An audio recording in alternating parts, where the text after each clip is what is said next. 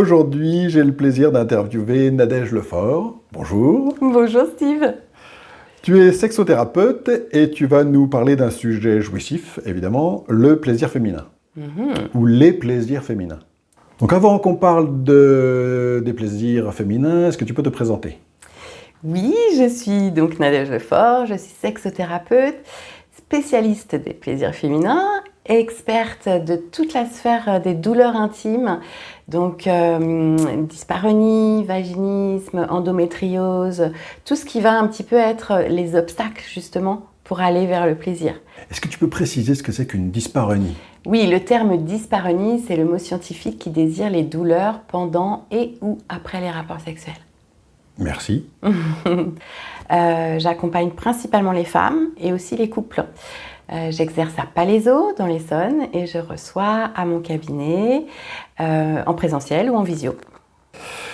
Tu es autrice d'un livre qui s'appelle... Qui s'appelle La petite Bible des orgasmes féminins. Je l'avais dit, ce serait jouissif. Je t'ai connu, moi, parce que tu es professeur de l'école des Arts Sadiens. Oui. Sous un pseudonyme. Oui. Angeline. Angeline, oui. Et pour la petite anecdote, Angeline, c'est Ange et taquine. Tu vois le personnage là oui, qui on prend voit forme. bien. On voit très bien. Et alors, ce qui m'a donné plus particulièrement envie de t'interviewer, c'est le titre des cours que tu donnes au sein de l'école des Arts Sadiens, l'orgasmologie de la vulve. C'était tout un programme, je me suis dit, je ne peux pas rater ça. Oui. Alors, on va rentrer dans le vif du sujet, les plaisirs féminins. Et pour commencer, tu me disais, quand on a préparé l'interview, ce sujet, qu'il y avait très peu d'études sur le plaisir féminin. Oui, c'est exact. Les études, elles sont, et d'une part, récentes, et d'autre part, peu nombreuses, en fait. Il y a beaucoup plus d'études sur les plaisirs masculins, sur les hommes en général, il ne faut pas se leurrer. Les femmes ne s'intéressent pas trop. Il n'y a pas beaucoup d'études sur le plaisir féminin et il n'y a pas beaucoup d'études sur les douleurs que les femmes ressentent pendant les rapports aussi, ou en dehors des rapports. Pourtant, Dieu sait qu'on en parle beaucoup en ce moment. Hein. On commence à en parler beaucoup, mais les études sont très très récentes. Et puis historiquement, le plaisir féminin, ça fait pas très longtemps que la femme elle a le droit de jouir. Avant, c'était réservé à une catégorie de femmes qui étaient décriées, qui étaient les prostituées, les femmes de petite vertu, mais madame tout le monde. Il fallait pas trop qu'elle fasse de bruit, tu vois, il fallait pas trop qu'elle montre qu'elle avait du plaisir. C'était réservé aux hommes, le plaisir. Il y a encore pas si longtemps que ça, quand même. Hein.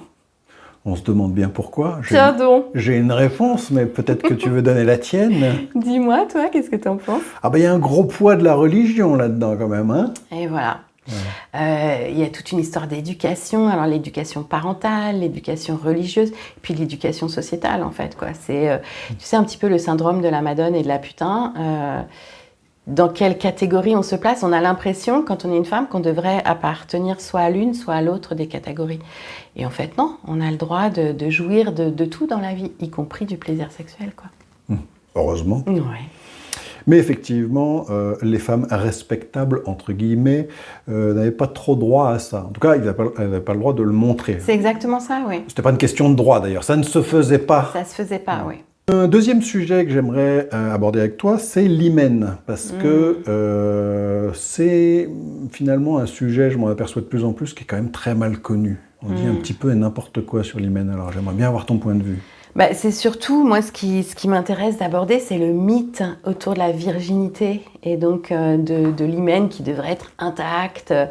Et puis, dire qu'une femme, elle est vierge si elle a un hymen intact, ça présuppose, d'une part, que ça veut dire que l'acte sexuel, il est représenté que par la pénétration, puisque la défloraison, si appelons-la comme ça, elle serait susceptible d'arriver s'il y a insertion au niveau de l'entrée du vagin, du sexe de l'homme. Mais ce qu'on oublie de dire, c'est que l'hymen, il peut être modifié par l'insertion d'un tampon, par l'insertion d'un doigt, par l'activité sportive, en faisant du vélo, en faisant plein de choses.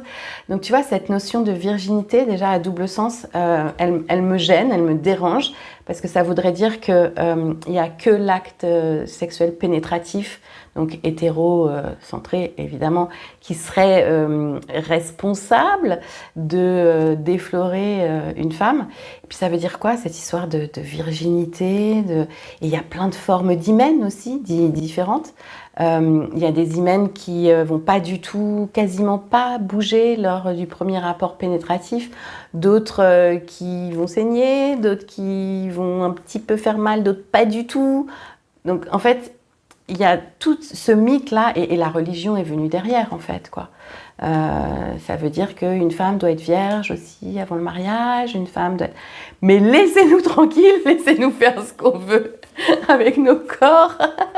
Non, puis je pense, en me basant sur ce que tu viens de dire, que je pense qu'elles n'ont pas le droit de faire du vélo non plus. Hein. Voilà, c'est ça, tant qu'on y est. Bah non, sinon c'est pas... ça va pas. Ça va pas du tout cette histoire. En parallèle de ça, il y a une chose que tu me disais également, c'est que la première fois, le premier rapport pénétratif, contrairement à l'idée répandue, le premier rapport, il devrait pas faire mal. Non, le premier rapport, il ne devrait pas être douloureux. Ça, c'est encore un ancrage qu'on nous a fait dans la tête des femmes et des hommes aussi, hein, de dire que la première fois, ça fait forcément mal. Alors, on recontextualise, première fois, hashtag premier rapport sexuel pénétratif, pénis-vagin, d'accord ? On a tellement entendu que cette première fois, elle est forcément douloureuse, que qu'est-ce qui se passe ? Il y a un ancrage qui se fait dans la tête, mais qui se fait dans le corps aussi.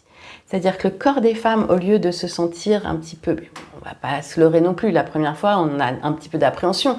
La première fois de tout en général.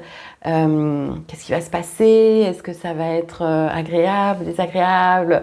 Donc, ce qui se passe, c'est que le corps, il va se contracter. Donc ça se passe au niveau du périnée pour nous, les femmes. Et quand le périnée se contracte, il va y avoir des muscles qui se resserrent à l'entrée du vagin. Et donc, l'entrée du vagin, elle va être plus serrée. Donc, effectivement, là, ça peut entraîner des douleurs.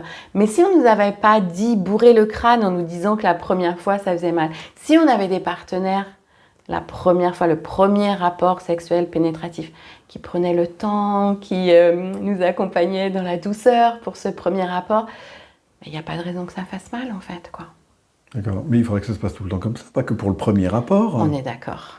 On est d'accord. Je dis ça comme ça. Hein, après, voilà, il y a des personnes qui apprécient que ce soit doux, que ce soit lent, que ce soit connecté, d'autres qui aiment que ce soit fougueux, que ce soit sauvage, d'autres qui aiment qu'il y ait juste un rapport, tu sais, un petit peu d'amam, juste un petit peu, à peine on se touche, on a les poils qui se hérissent. Tous les goûts sont dans la nature, en fait, à partir du moment où on est entre adultes consentants et tout est permis, je crois. Hein. Il y a une notion qui est importante, c'est le fait d'avoir la possibilité ou de se poser la question de bien se découvrir, l'importance de la découverte de soi. Alors on va parler des femmes, parce qu'aujourd'hui on s'intéresse qu'aux femmes, hein, mais qu'est-ce que tu peux en dire ? La majorité des problématiques que je rencontre, moi, en consultation, elles sont liées à une méconnaissance du corps féminin. Les problématiques de douleur, les problématiques de difficulté d'accès au plaisir, très très souvent, le premier levier qu'on va aller chercher, ça va être la connaissance de soi. Donc, qui dit méconnaissance de soi, dit manque d'éducation à la sexualité. Ça, c'est un vaste sujet, mais on pourra en reparler. C'est pas qu'on pourra, c'est qu'on va en reparler. Voilà. Et donc, connaissance de soi, de son corps, de son anatomie. Les femmes, l'anatomie, elle est un petit peu cachée, un petit peu en interne aussi, pour partie. Donc, c'est pas évident d'aller se connecter à cette part de nous. Donc, moi, une des choses que je propose à mes patientes, c'est de commencer par l'auto-exploration avant la masturbation. L'auto-exploration, il n'y a pas une visée érotique, tu vois. C'est d'aller explorer. La première chose que tu peux faire, c'est de prendre, quand tu es une femme, prendre un miroir, observer ta vulve, les détails, la trouver belle, la chérir, en prendre soin comme toute autre partie de ton corps. Et puis, c'est une jolie fleur. Ouais, voilà, c'est ça. J'aime bien dire que la vulve, c'est un petit peu comme une fleur qui s'ouvre et puis qui peut aussi se fermer s'il n'y a pas le prendre soin dont on a besoin derrière. Et donc, avoir la connaissance de soi, de son anatomie, c'est une première chose. Mais la deuxième chose, c'est avoir la connaissance des possibles. Avoir la connaissance des différents types de plaisirs qui existent, de comment on peut y accéder, de qu'est-ce que ça peut procurer, de ce qui se passe dans le corps de la femme. Tout ça, c'est le propos de mon livre. Mais avec toujours en arrière-pensée de l'information, jamais d'injonction. Pas d'injonction à l'orgasme, pas d'injonction à faire telle ou telle pratique. C'est de l'information. Et je pense que moi, le savoir, c'est le pouvoir. Et que quand tu es informé des possibles, alors tu peux faire des choix éclairés et tu peux aller naviguer là où tu as envie d'aller, en fait. J'avais une discussion avec ma femme, mon épouse. Parce que quand on dit ma femme, les gens n'y voient pas forcément le pendant du mari. C'est la tienne. Hein, ouais, c'est ça. Donc, je précise que c'est pas ce que je sous-entends quand je dis ça comme ça, mais on avait une discussion juste hier, avant que je parte, sur le thème. Je serais curieux de savoir quelle est la proportion des femmes dans la population serait précisée ou serait placée précisément sur un dessin l'emplacement de leur urètre. C'est pas évident. Déjà, il n'y a pas très longtemps qu'anatomiquement, elles savent où est le clitoris. Donc, entre guillemets, je veux dire, elles savent parce que c'est un petit organe qui procure beaucoup de plaisir, qui est assez accessible, et encore, pas tout le temps. Mais juste pour remettre dans le contexte, l'anatomie précise du clitoris dans les manuels scolaires, par exemple, c'est 2017. C'est-à-dire, c'est hier, quoi. Et pas dans tous les manuels scolaires. Enfin, c'était hier, c'était ce matin. Hein. Voilà, ouais. C'était un petit peu ce matin, ouais. Non, mais tu déconnes quand tu dis ça, non? Non, je plaisante pas, c'est la vérité. Ouais. 2017. Oui. 2017. C'est-à-dire qu'avant, par l'éducation nationale, c'était pas autorisé de le placer, en fait. Il n'était pas nommé, ou alors juste le gland, si tu veux. Mais moi, quand je te parle de l'anatomie, c'est le gland du clitoris, la tige, les bulbes, les piliers, voilà. Le clitoris, quoi, pas juste la partie visible. Oui. Voilà, pas que la partie émergée de l'iceberg. Le clitoris dans son ensemble, non, sans blague, c'est 2017. Et les études sont très, très récentes. La première IRM, je crois que c'est 2005. Première précision de l'anatomie, je crois que c'est 98. Enfin voilà, on pourrait remonter historiquement, tout ça, c'est pareil, j'en parle dans mais là, on ne parle pas d'histoire, hein. C'était hier, comme tu dis. Voilà, donc c'était hier. Donc, si tu veux, il y a cette notion que anatomiquement, les femmes, elles se connaissaient pas bien aussi avant. Et les hommes non plus. Parce que s'il y a beaucoup d'hommes non plus qui ne savent pas bien où se situe le clitoris, comment le stimuler. Et donc, anatomiquement, le capuchon du clitoris, le gland du clitoris, le méa urinaire en dessous, l'entrée du vagin. Et tout ça, c'est à l'intérieur du vestibule, en fait. Il n'y a pas si longtemps, j'ai une patiente qui me disait « Mais moi, je croyais que par où je fais pipi, quand j'étais petite, elle me disait, je croyais que c'était le clitoris en fait. Parce qu'il y avait cette petite protubérance, ce petit gland, cette petite... Bah oui, si tu n'as jamais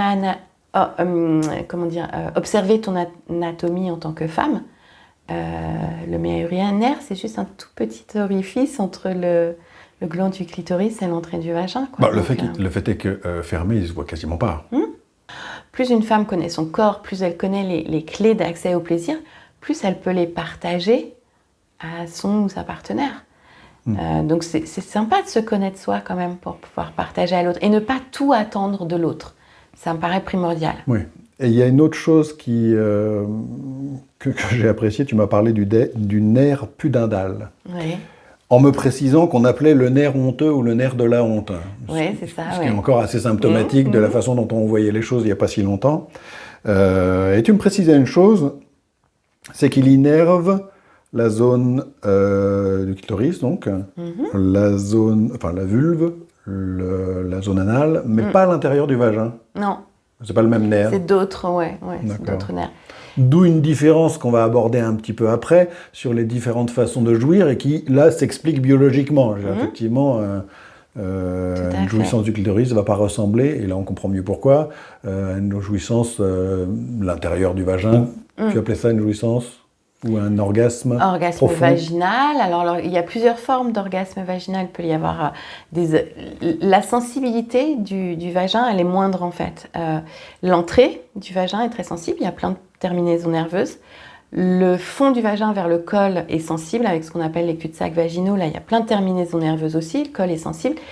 Et pendant, il n'y a pas tant de sensibilité que ça en fait.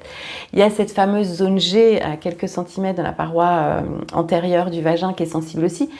Est-ce que c'est une zone elle-même? Est-ce que ce sont justement les fameux bulbes du clitoris qui entourent l'urètre et le vagin qui donnent cette sensibilité? Est-ce que c'est glandes de Skin?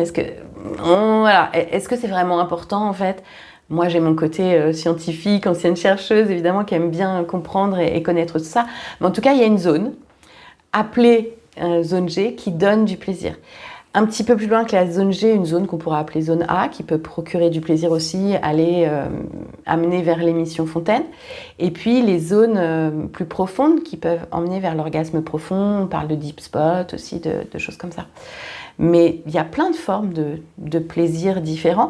Et pour les connaître, il faut expérimenter en fait. Et il faut érotiser ces zones-là, en fait. Le vagin en lui-même, il n'est pas très sensible. Donc, pour le rendre sensible, il faut aller l'érotiser. Pour l'érotiser, il faut aller le stimuler. Pour le stimuler, tu vois, on fait le cercle. Il faut explorer, il faut auto-explorer, quoi. Il y a une façon d'explorer ça, c'est grâce aux sextoys. Alors, pénétratif, là, en l'occurrence, si on parle du vagin, mais pas uniquement. Oui, il y a plein de formes de sextoys.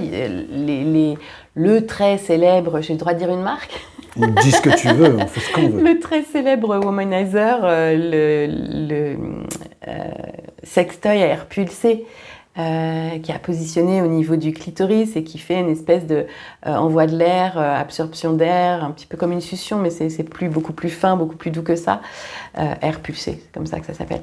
Là, il n'est pas du tout en interne, en fait, il est en externe. Et la majorité des femmes préfèrent les sextoys en externe. En interne, beaucoup de femmes me disent que les vibrations, des vibromasseurs en interne, justement, anesthésie, les anesthésient un petit peu. Ouais. Donc, il y a plein de jeux. Maintenant, il y a des accessoires en verre incassable, qui vont être très doux, que tu peux passer sous l'eau chaude pour les rendre un petit peu plus chauds, ou au contraire que tu mets dans une poche étanche et hygiénique, évidemment, au réfrigérateur pour les rendre un petit peu froids. Évidemment, on utilise du lubrifiant, on n'oublie pas. Sextoy sans lubrifiant, c'est carrément dangereux, quoi. Tu peux avoir des douleurs, des petites déchirures, des petites blessures, donc on n'oublie pas le lubrifiant. Le lubrifiant est ton ami.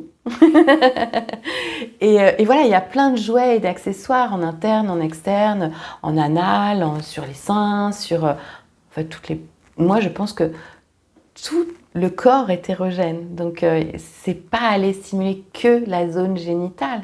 On peut stimuler tout le corps.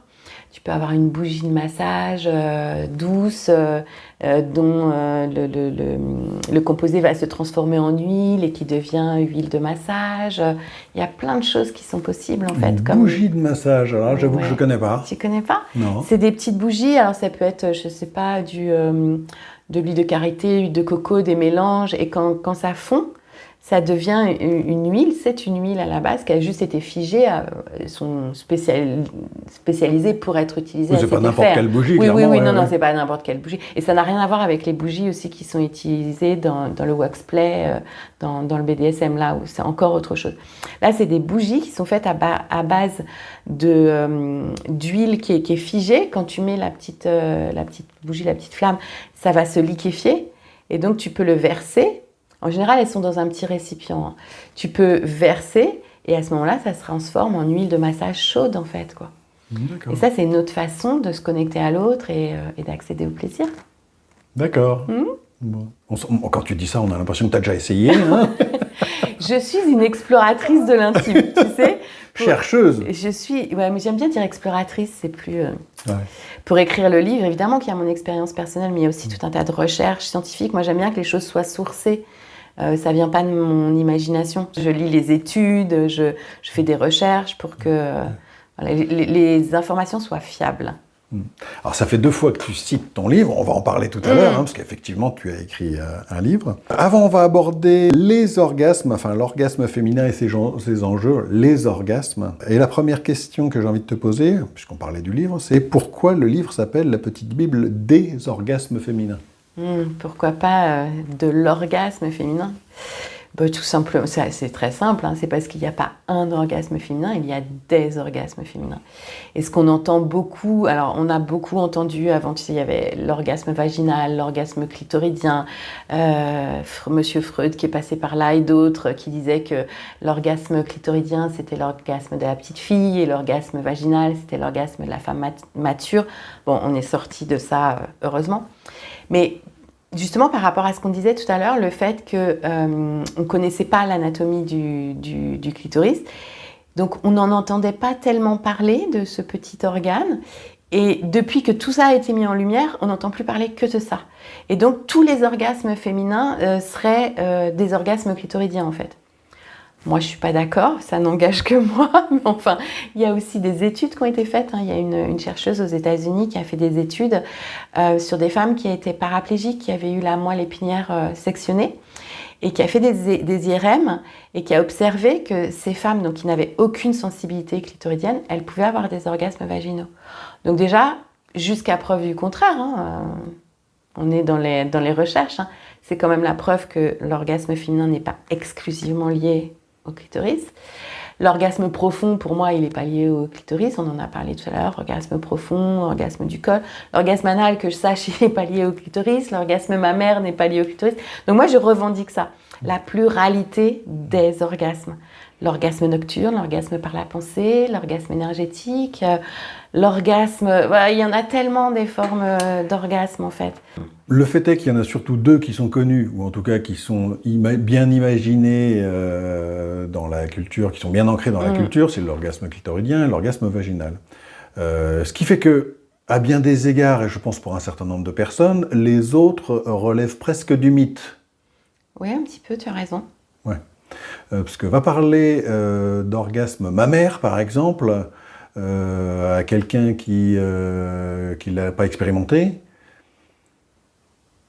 Alors, dans les situations idéales, hein, c'est-à-dire poitrine pas retouchée, parce qu'évidemment, c'est plus compliqué. Ah, mais c'est surtout, tu sais, ce sont surtout les tétons qui sont très sensibles, qui constituent la zone la plus érogène, le mamelon et le téton. Donc, non, même les femmes qui ont eu des opérations esthétiques ou médicales nécessaires, elles peuvent avoir du plaisir au niveau des seins. Mais ça, c'est véridique, les orgasmes mammaires existent. Et par simple stimulation des seins. Ça existe. Alors, on va essayer de casser un autre mythe, c'est qu'est-ce qu'il faut faire pour y arriver ? Pour aller vers l'orgasme mammaire, c'est ça ? Il y a plein de façons de stimuler la poitrine avec les mains, avec la bouche, avec une plume, un foulard en soie, un glaçon, une huile de massage. Tout dépend de ce que la personne elle a envie de ressentir.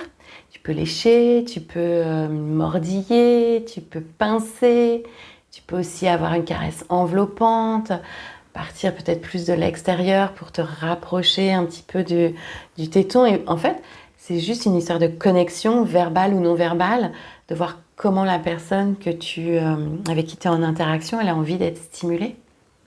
Et peut-être ne pas toucher que cette partie-là du corps. Peut-être il peut y avoir une caresse sur le flanc, sur les fesses, sur le ventre, dans le cou ou ailleurs. Et parler aussi peut-être. Demander à sa partenaire ce qu'elle aime, ce qu'elle n'aime pas. Alors je voudrais rebondir sur une chose que tu disais tout à l'heure. Il ne faut pas qu'il y ait d'injonction, il peut y avoir un problème d'injonction au plaisir. Et en l'occurrence, quand je pose la question comment faire pour y arriver, implicitement, je me dis, faut déjà en avoir envie. Exactement. Oui. Peut-être savoir que ça existe, parce que sinon peut-être on va ne pas y penser, et peut-être que ne pas y penser n'aide pas, un petit peu comme ça n'aide pas de ne pas connaître son anatomie, mais effectivement en avoir envie, être à l'écoute, à la fois pour la principale concernée, mais également pour le partenaire, le ou la partenaire. Bien sûr, c'est indispensable. Et c'est pour ça que pour moi, connaître les possibles, c'est une ouverture d'esprit, du cœur et du sexe, mais c'est tout sauf une injonction, quoi. C'est-à-dire, quand tu as une palette de couleurs et ton tableau à peindre, tu vas pouvoir choisir les couleurs qui t'intéressent, mais tu vas pas toutes les prendre et tout faire en même temps. Tu vas aller piocher dans la palette, en fait. Et donc, évidemment, jamais d'injonction. On expérimente ce qu'on a envie d'expérimenter. Et si on a envie de faire la même chose toute sa vie, c'est OK. Hein. Si tu aimes les tomates mozzarella et que tu as envie de manger toute ta vie des tomates mozzarella, c'est OK. Moi, j'aime bien varier les plaisirs et j'aime bien goûter tout ce qu'il y a sur le buffet, tu vois. Mais c'est OK. Est-ce que tu peux dire quelle est la différence selon toi, ou nous parler de différence entre plaisir, jouissance et orgasme? Oui, il y a des petites nuances. Alors, je vais te proposer ma définition, enfin mon approche. Elle n'est peut-être pas universelle, mais en tout cas, moi, c'est comme ça que j'accompagne. Je pense que la jouissance et l'orgasme sont deux formes de plaisir qui vont un petit peu graduellement en augmentant. On a du plaisir dans la vie en général, on a du plaisir sexuel aussi. Et ce plaisir, il peut prendre plein de formes. Il peut être doux, il peut être intense, il peut être fulgurant, il peut être explosif, il peut être comme un plaisir de décharge ou au contraire un plaisir de charge. Il y a plein de façons d'avoir du plaisir. Et donc la jouissance, ce serait une forme de plaisir intense. Pour beaucoup de femmes, l'orgasme, c'est encore le niveau au-dessus de la jouissance, c'est-à-dire que il y a un petit peu une décharge, il se passe un petit peu une décharge, ou en tout cas, soit interne, soit externe, mais il se passe quelque chose, soit localisé au niveau génital, soit dans tout le corps, avec des modifications au niveau anatomique, au niveau physiologique, au niveau hormonal, et neuromédiateur, tout ça. Il y a des décharges d'hormones, il y a des contractions au niveau du corps, donc souvent au niveau du périnée, mais il peut y avoir des spasmes aussi dans tout le corps. On va dire que ce serait un petit peu le climax, si tu veux. L'orgasme, ce serait la super jouissance, quoi, un petit peu. Mais c'est une forme de définition, ça n'en est qu'une. Ce qui me paraît important, c'est de signaler que l'orgasme, il a souvent été associé à quelque chose d'explosif. Les femmes qui connaissent l'orgasme clitoridien, par exemple, elles s'attendent à ce que toutes les formes d'orgasme, ce soient des orgasmes explosifs comme ça. L'orgasme clitoridien qui ressemble un petit peu à l'orgasme pénien éjaculatoire. Donc quelque chose, tu vois, avec des contractions et avec quelque chose comme ça, un petit peu des petits spasmes. Une forme de perte de contrôle aussi temporaire, peut-être. Alors je préfère parler de modification de conscience que de perte de contrôle, parce que ça fait peur, la perte de contrôle. Si tu dis aux femmes qu'avoir un orgasme, c'est perdre le contrôle. Alors je n'ai pas dit que ma façon de le décrire était le bon. Mais tu vois, je dis ouais, ça peut leur faire peur. Il y a un petit peu, on est dans un état un petit peu modifié, voilà. Un état modifié, parce que anatomiquement, biologiquement, physiologiquement, il se passe des choses. Il y a des modifications dans notre corps, en fait, qui se passent. Et donc, il y a beaucoup de femmes, moi que je reçois en consultation, qui me disent, mais par exemple, l'orgasme vaginal, je ne connais pas parce que je ne ressens pas cette explosion de plaisir et tout. Mais l'orgasme vaginal et l'orgasme clitoridien, c'est deux choses différentes, comme l'orgasme mammaire, comme l'orgasme anal, comme l'orgasme énergétique.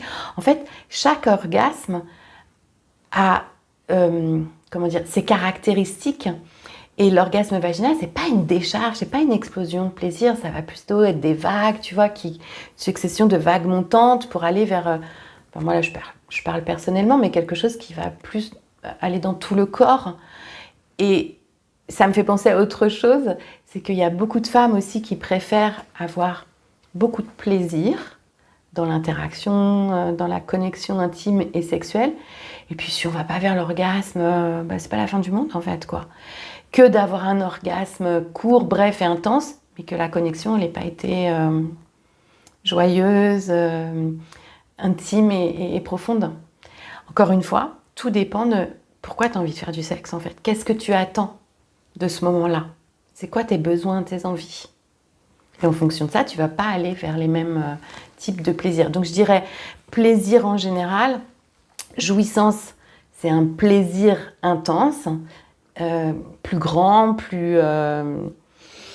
voilà. Hein. Et l'orgasme, on va dire, ce serait le point culminant de la jouissance, quoi. Alors, il y a une dernière chose que je voudrais aborder avec toi sur ce thème, hein, l'orgasme féminin, enfin les orgasmes féminins, c'est que le fait que la femme est multi-orgasmique. Alors, multi-orgasmique de deux façons.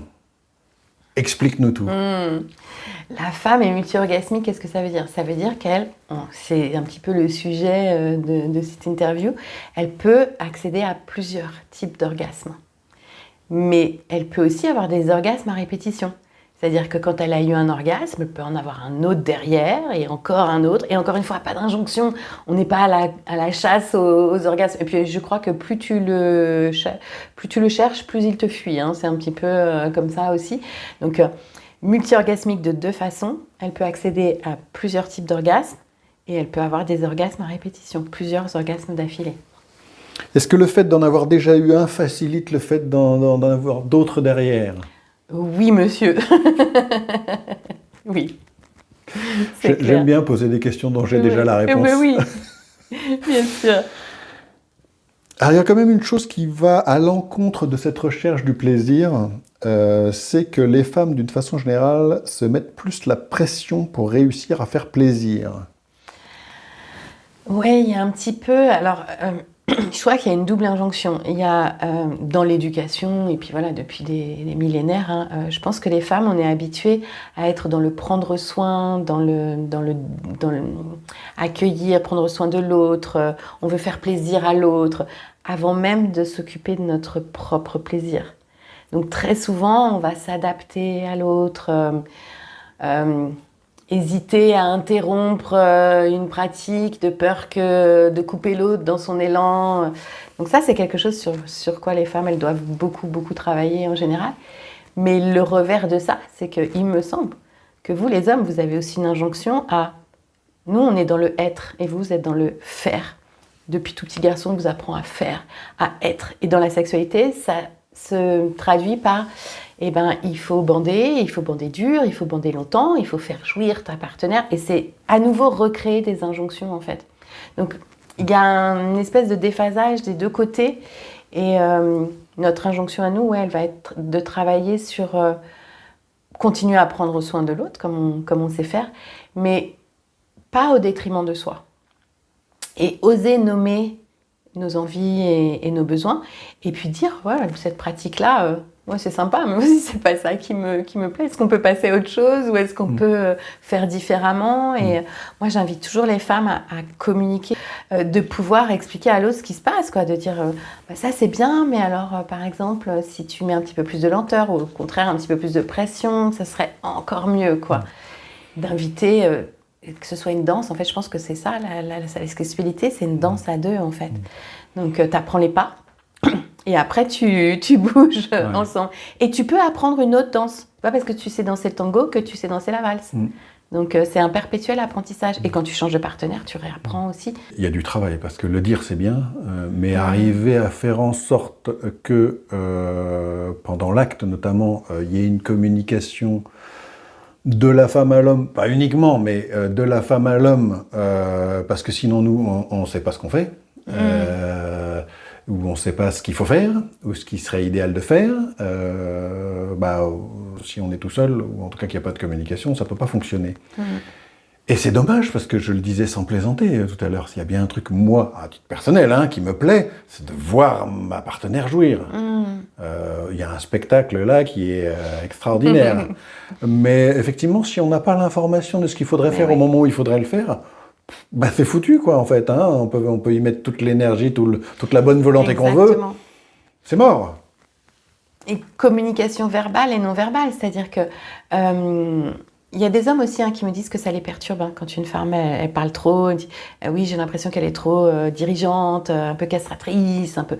Non, messieurs, ne prenez pas ça pour ce que ça n'est pas, c'est juste de la communication, en fait. Et tu peux aussi communiquer de manière non verbale, c'est-à-dire qu'une femme qui va bouger son bassin ou son corps d'une certaine façon, ou poser la main sur la tienne pour te dire non, bah là, non, remonte plutôt vers la poitrine ou descends plutôt vers mon sexe. C'est de la communication non verbale, mais c'est de la communication quand même, quoi. Moi, j'invite à utiliser les mots parce qu'au moins, il n'y a pas de... Mais tu n'es pas obligé de parler non plus pendant le rapport. Tu peux décider de communiquer avant, de dire, bah voilà, j'aimerais bien que là, pour cette session, on expérimente ça ou ça, qu'on essaye ça, et on se prend pas la tête. C'est un jeu, c'est joyeux, et on rate pas, on essaye, et on rigole, on se marre. Et on peut aussi en communiquer après, c'est un petit peu comme le débriefing, quoi, de dire, bah voilà, ça j'ai bien aimé, ça moins, donc ça, je suis pas sûre que j'ai envie de refaire, quoi. Et ça, j'aimerais bien qu'on rajoute ça pour la prochaine fois. Il y a des personnes qui préfèrent en parler avant, d'autres pendant, c'est indispensable parce qu'il y a besoin de... J'ai envie d'être en interaction avec toi et j'ai besoin de parler, j'ai besoin... Et d'autres qui préfèrent en parler après, et d'autres qui préfèrent même en parler plusieurs jours après. Tu vois, il faut que ça redescende, que ça se repose. Donc tout est possible. Mais dans tous les cas, oui, moi j'invite à communiquer, c'est la base. Alors, il y a une chose aussi qui empêche la communication, parce que comme je te le disais, j'en ai parlé avec ma femme avant de venir. Je lui ai dit, on va parler, on va traiter ce sujet-là.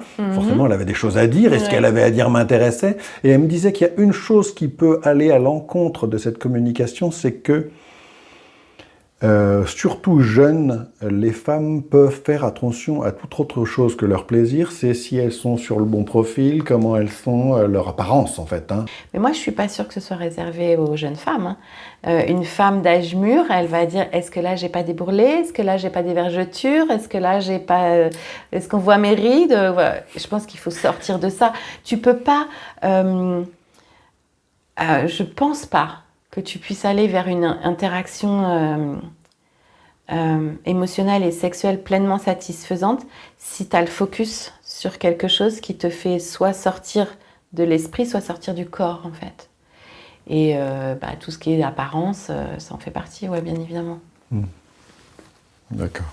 Et ça s'apprend aussi, hein, lâcher le focus sur ce qui nous encombre. Parce que le focus, ça peut être ta to-do list du boulot que tu n'as pas terminé, ça peut être les courses que tu as à faire, organiser les vacances des gamins. Comment on appelle ça déjà La charge mentale, c'est ça? La charge mentale. Il y aurait long à dire sur le sujet aussi. Ouais. Il y a une étude qui a été faite récemment qui montre qu'il y a plus d'interactions sexuelles, de relations sexuelles dans les couples où la charge mentale du foyer est mieux répartie. Et ça me paraît assez tombé sous le sens, en fait. Je pense qu'il n'y avait pas besoin d'études pour faire ça, mais pour le dire, mais ça me paraît tomber sous le sens. Quand tu passes ta journée à t'occuper des courses, des gosses, des activités extrascolaires, de préparer la cuisine, en plus de ton job, tu es peut-être moins propice à rentrer en interaction que ton ou ta partenaire, je fais pas de genre, hein, qui rentre du boulot et qui est peinard dans le canapé, qu'est-ce qu'on mange ce soir, quoi, tu vois. Donc répartition de la charge mentale, il faut pas oublier ça. Ça fait partie des choses qui peuvent favoriser les rapports. Ah ben c'est sûr que c'est plus compliqué de jouir quand il n'y a que sur nous que le bébé vomit. Hein. Ouais, si c'est pas réparti, c'est plus compliqué. Et donc je fais pas de... T'as vu, hein, j'ai pas donné de genre. Hein, mais, Oui, mais bon, on a bien... Bon, sociétalement, on a bien compris quand même que... globalement, c'est quand même... Hein, bon. Voilà. Une dernière question que je voudrais te poser, c'est pourquoi les femmes simulent? Vaste sujet. Oui, vaste sujet. On l'a un petit peu abordé tout à l'heure. C'est qu'elles sont tellement dans le prendre soin de l'autre qu'il y a beaucoup de femmes qui simulent parce que elles ont peur d'interrompre leur partenaire. Alors, tu vois, on repart sur la communication, hein, c'est tout se rejoint. Peur d'interrompre leur partenaire, savent pas comment communiquer, peur de couper l'élan, peur que ça s'arrête, peur de faire une bêtise, de dire une bêtise. Donc, bon, on va simuler comme ça, peut-être que ça va passer inaperçu. Alors, c'est une très mauvaise idée parce que si tu simules le plaisir, tu simules qu'une pratique, une position, n'importe quoi te fait plaisir, tu donnes pas l'information à l'autre que ça va pas. Donc la prochaine fois, il va refaire la même chose et donc pas bonne idée du tout. Alors, il va refaire la même chose pour te faire plaisir. Voilà, exactement, bien sûr. Pas de bol. Pas de bol, donc pas bonne idée du tout. La deuxième chose, tu simules parce que tu as entendu, vu... Mais bon, le porno est un petit peu passé par là, hein, que l'acte sauvage, pénétratif, ça crie dans tous les sens. Donc si moi, j'ai pas de plaisir, je suis pas normale, quoi. Donc il y a une espèce de truc de normalité un peu Burke, quoi, je vais simuler parce que sinon il va croire que je suis frigide, que je suis pas normale. Et puis il y a aussi une catégorie de femmes qui simulent parce que c'est tellement pas plaisant que pourvu que ça se termine vite, quoi. On va passer à autre chose. Si je simule, peut-être que ça ira plus vite. Et puis, alors ça, je l'entends, mais moi, j'aime pas trop ce truc-là. C'est simuler pour se mettre dans le bain, tu sais, pour s'ambiancer, voilà et tout. Mais du coup, moi, j'appelle pas ça simuler à ce moment-là. J'appelle ça s'ambiancer, tu vois. J'aime pas que ce soit associé à la simulation. Pour moi, simuler, c'est autre chose, quoi. Une façon de convoquer le plaisir, quelque part. Et ça, c'est pas simuler pour moi, effectivement. Ouais. Ouais, c'est autre chose. Donc, non, ça sert à rien de simuler. Tu te rends pas service à toi, tu rends pas service à l'autre. À nouveau, parle, quoi. Communique. Alors, on va s'arrêter là pour le moment, à parler des orgasmes et du plaisir féminin. Je voudrais revenir sur ce qu'on peut découvrir avec toi à l'école des Arsadiens, sur le thème des orgasmes féminins, sur l'orgasmologie de la vulve. Okay. Tu fais 2 cours différents, pratiques. Oui, il y a l'orgasmologie de la vulve pour personnes à vulve et orgasmologie de la vulve pour les couples, enfin les duos, on va dire, qui sont identiques dans la théorie et différents dans la pratique, évidemment. Donc, écoute, ce que je propose à l'école des Arsadiens, c'est un cours qui va parler de toutes les différentes formes d'orgasme, qui va faire des rappels d'anatomie, qui va parler des différents jouets et accessoires, des produits intimes, de tout ça, que je fais aussi en dehors de l'école, mais que là, j'ai rapporté à l'école. Et puis après, il y a le côté pratique aussi qui se joue. Mais il faut venir à l'école des Arsadiens, je t'en dis pas plus. Mais rien que le fait d'avoir dit qu'il y a aussi un côté pratique incitera peut-être un certain nombre de personnes à aller se découvrir ou à aller redécouvrir un certain nombre de choses avec toi. Donc tu l'as dit depuis le début, tu es sexothérapeute. Et tu as un certain nombre de patientes qui viennent te voir, et en particulier qui sont susceptibles de dire quelque chose du genre si j'avais su tout ça avant, en fait, quelque part, tout ce que tu leur apprends. Mais j'en ai pas qu'une, oui, j'en ai plein ouais. qui me disent, soit qui ont acheté mon livre, soit en consultation, on développe les différentes formes d'accès au plaisir, et qui me disent, mais si j'avais su tout ça avant, Nadège, quoi. Et je suis bien d'accord avec cette conclusion-là. Et on s'est retrouvés d'ailleurs quand on a fait connaissance, parce qu'on a un sujet d'intérêt commun, j'ai envie de dire, c'est l'éducation sexuelle. L'éducation sexuelle pour les enfants. Alors, il se trouve que toi, tu t'es plutôt intéressé à l'éducation sexuelle à destination des adolescents, plutôt. Ouais, moi plutôt 11-18 ans, ouais. D'accord. C'est ma zone de génie. Ta zone de génie. D'accord.